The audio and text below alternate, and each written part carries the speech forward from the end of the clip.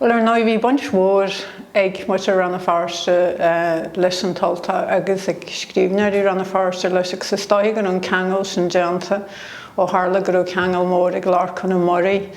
le bonú na calaiste an na farste agus gur stáithe coid an na haimmen ag chéarna ag an morí agus bhí ag na scríbneirí sin sa gur ó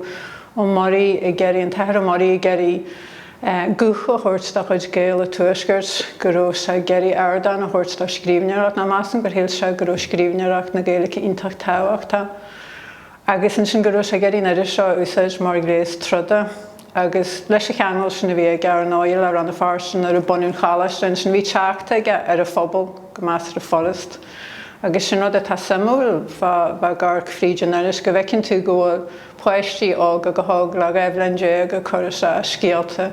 an sneris ggóil scríbneirí aitheanta chuiriste scialta sneris tá tú fáil álas ar bhéileidir ar ranta ar árainn agus fásta ceanna rudí tain tá samúil fan iris is go chuid bhór griangrafanna an don cheantar an snám chumáid.